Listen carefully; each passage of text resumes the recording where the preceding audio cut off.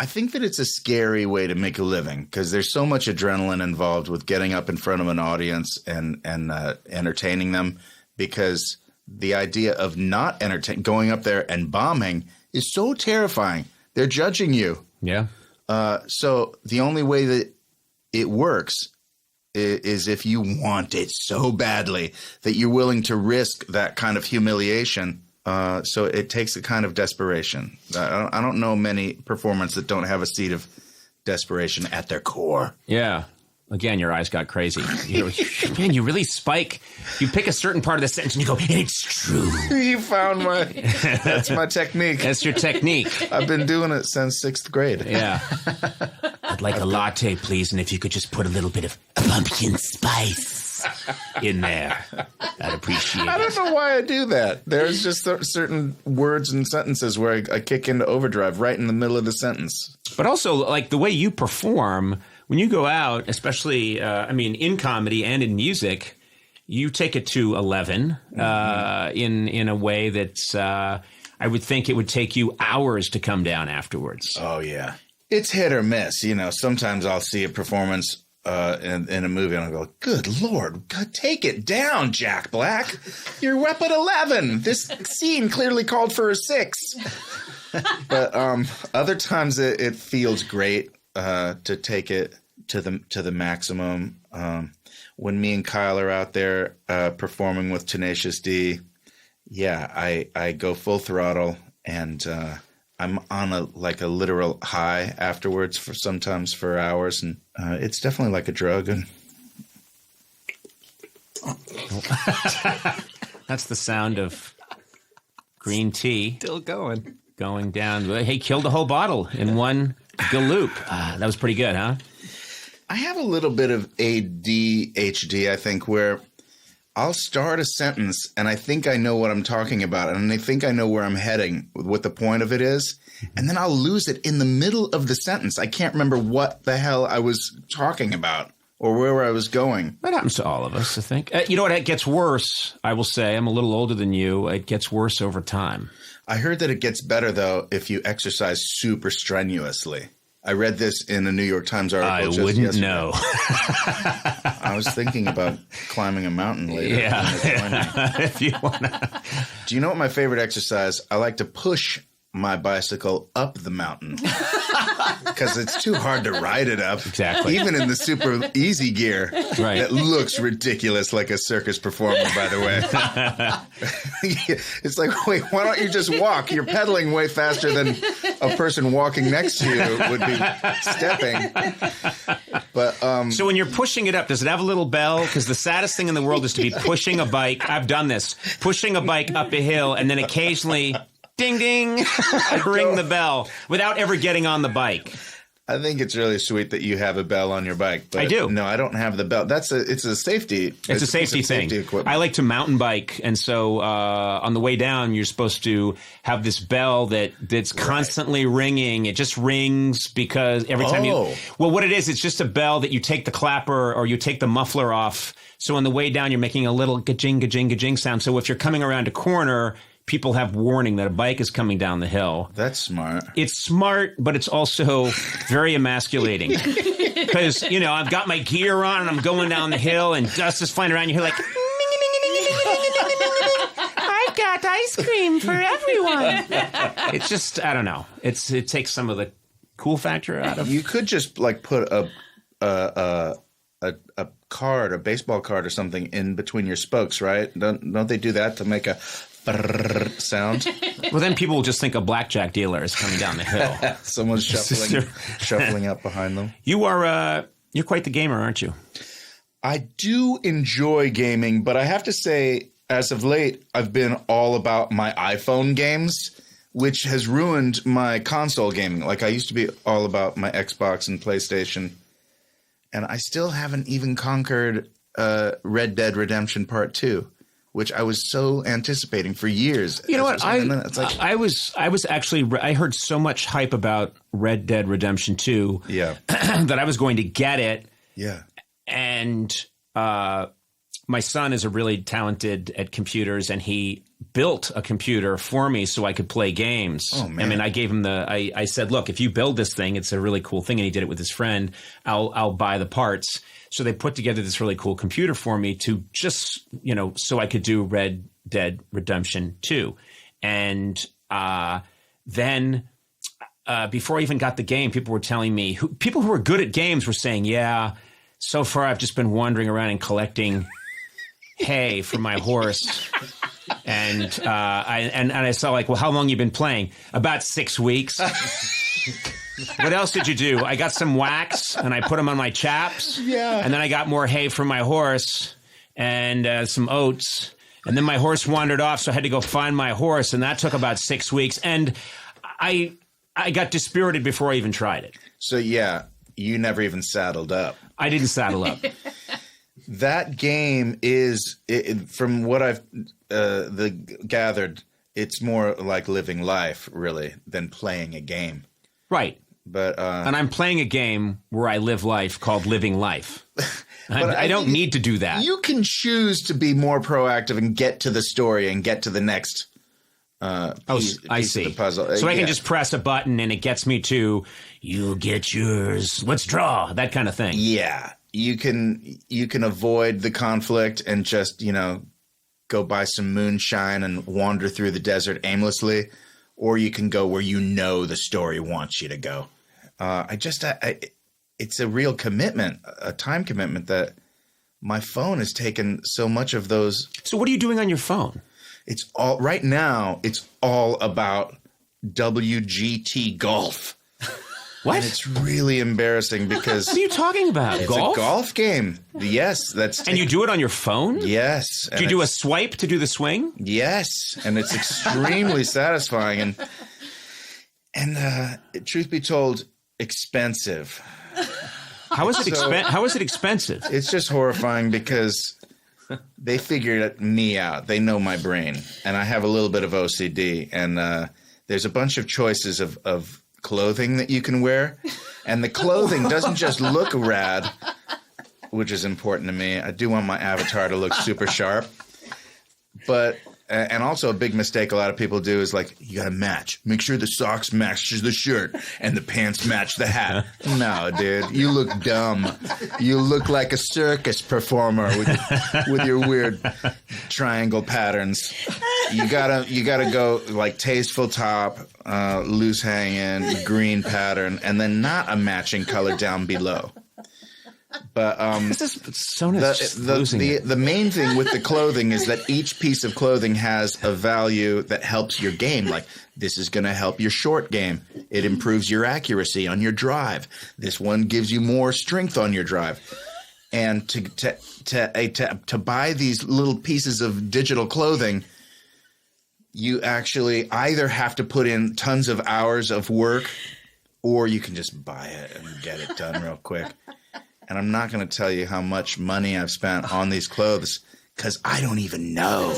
It's been so much money, and it's horrifying. So your children will not go to college because you wanted the avatar on your phone that plays pretend golf to be dressed appropriately. I have set aside some money for their college, but You'll dip into it. You know you will. Yeah, they're not going to be going to the best college. They're still enough to send them to a good college. Sure, a good state school. But yeah, it's not just money, but hours of time. It's both, and it's so foolish. I did this with Clash of Clans.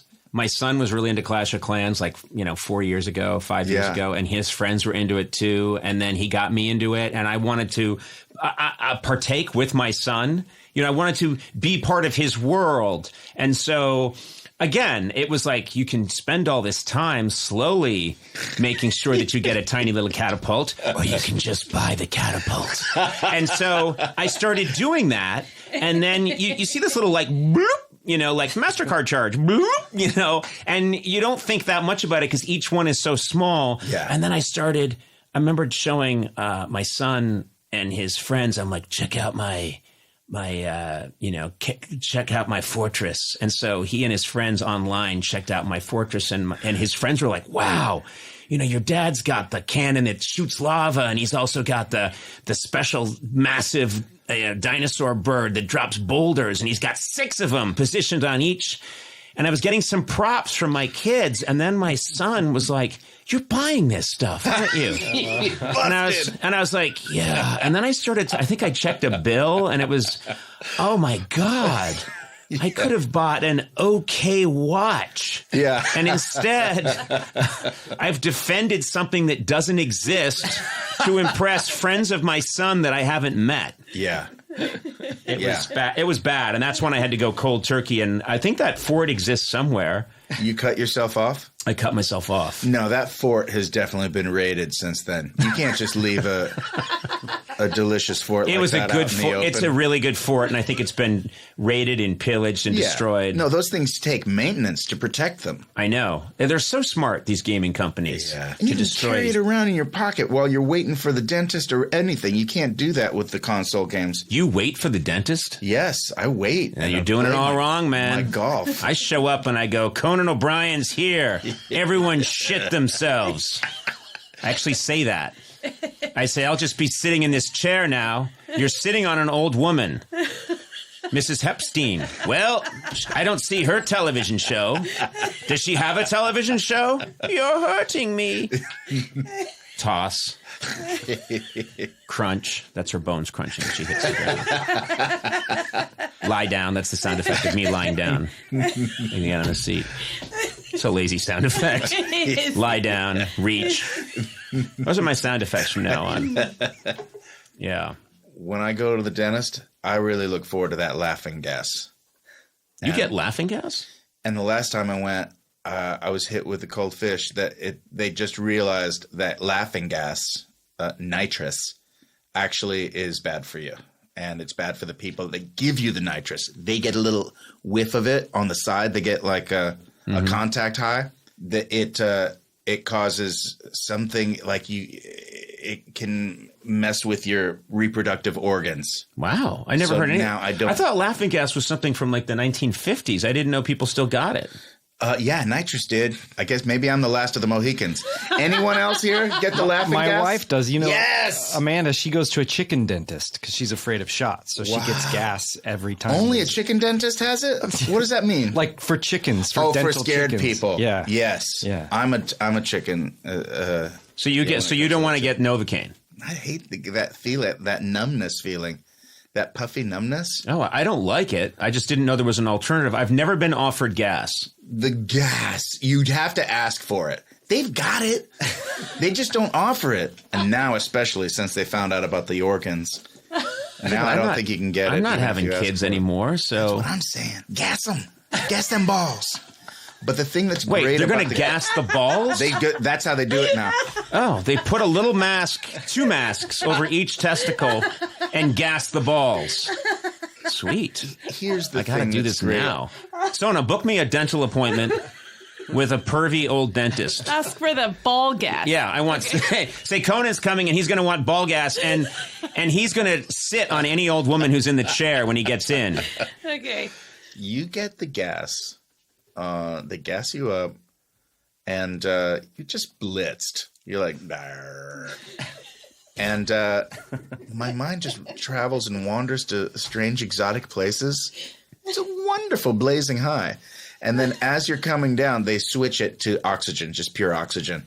So it like flushes all of the toxins out, and you're good to go. So you're perfectly. It wears off, and then there's no pain. Or are you aware of the pain, but you don't care? Okay, I do it even just for like a cleaning. You do it for cleaning? I actually go in there and I don't need dentistry at all. Just like hook me up that juicy ball gas. Are you sure you're even seeing a dentist? I think you're just going to a place where they just put on ESPN. They send you to a special world. Remember when Woody Harrelson had oxygen bars? Yeah, I do remember that. It was just like that. It's just Woody Harrelson. I go over to his house and he gasses my balls. Man. I wish you had that at your house and that I was invited. What happened to that oxygen bar thing? That didn't really take off. I think they realized that it's in the air. And you know what I mean? It's one of those things where it's like you'll go to a special place and you'll get oxygen and we'll charge you. Maybe and then someone realized that, oh, well, no. Wasn't it like flavored though? Fruity Pebble flavor? And I don't remember that. I never went. I never experienced it. I imagine it was based on that rad movie. Did you ever see that incredible movie, Harold and Maude? Yes.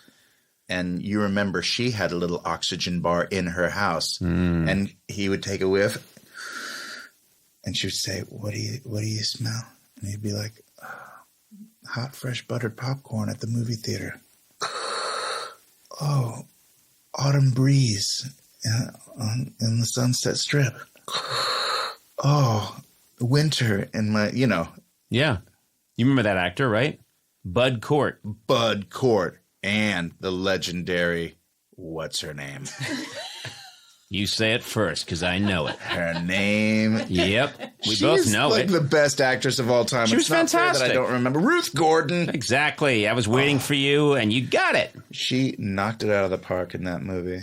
That was the movie about the 80-year-old woman and the 20-year-old boy. Classic. Falling in love. Like it's like the first cool, quirky, independent movie. Yeah. They ever it might made. be time for Harold and Maude Redux. You know what I mean? Who are you going to cast? Good question. In the role. Did you not have time to say question?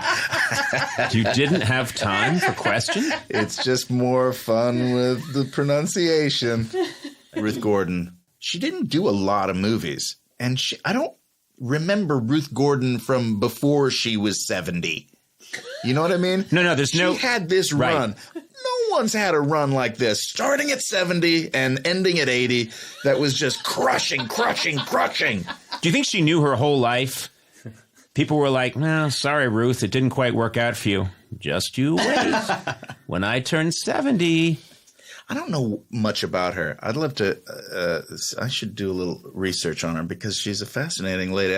I assume that she was a writer because she had that kind of approach to acting where it was like, she's such a brilliant actor. It feels like she had the mind, a writer's mind. Can you kind of tell when you see a performer who is also a writer? Yeah, I think I can. She was a writer. She was a writer. Look at that. Yeah. Numerous plays, film scripts, and books, most notably co-writing the screenplay for the 1949 film Adam's Rib. Mm-hmm. That's a great movie. She was a Broadway actress at 19. Oh, damn. So she was acting all the way back in the day. She was, but she probably knew the whole time at 70, I'm putting this into hyperdrive, which is what I intend to do. I'm holding back. What an inspiration. And who saw us going there? That's the magic of this podcast. You never know where we're going to end up. That's right. And we ended up with you regularly gas your balls. Yeah, and dream of Ruth Gordon. Dream of Ruth Gordon. This is the beginning of a true friendship, don't you think? Now, we've crossed paths many times over the years. I'm a huge admirer of yours, and now I feel like there's a real friendship here that will... It's really going to get in the way of my WGT golf time, though, which is literally all the time. So if you it's really annoying when I have to stop playing my WGT golf to do anything. So you think the chances are you and I won't hang together because of your WGT golf on your phone?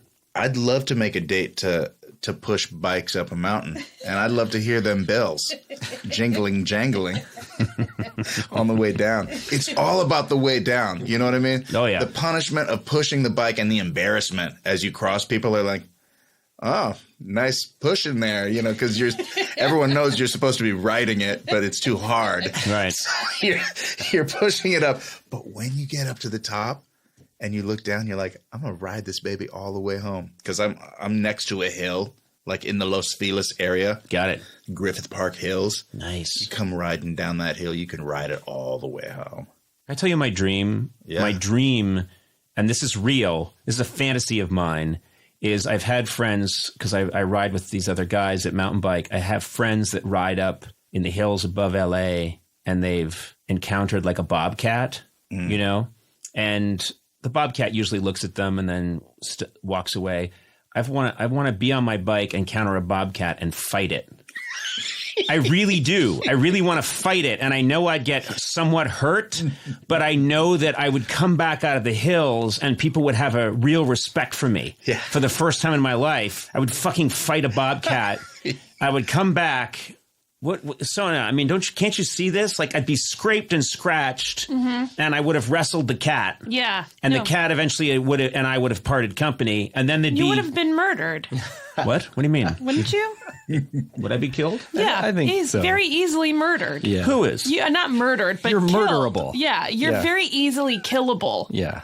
So I think you would be I would cover killed. my throat the whole time. Because that's where they that'll try and work. get the jugular. That'll help. Yeah. That'll help. I would have one hand covering my jugular, and the other I would just be swatting at this bobcat. No.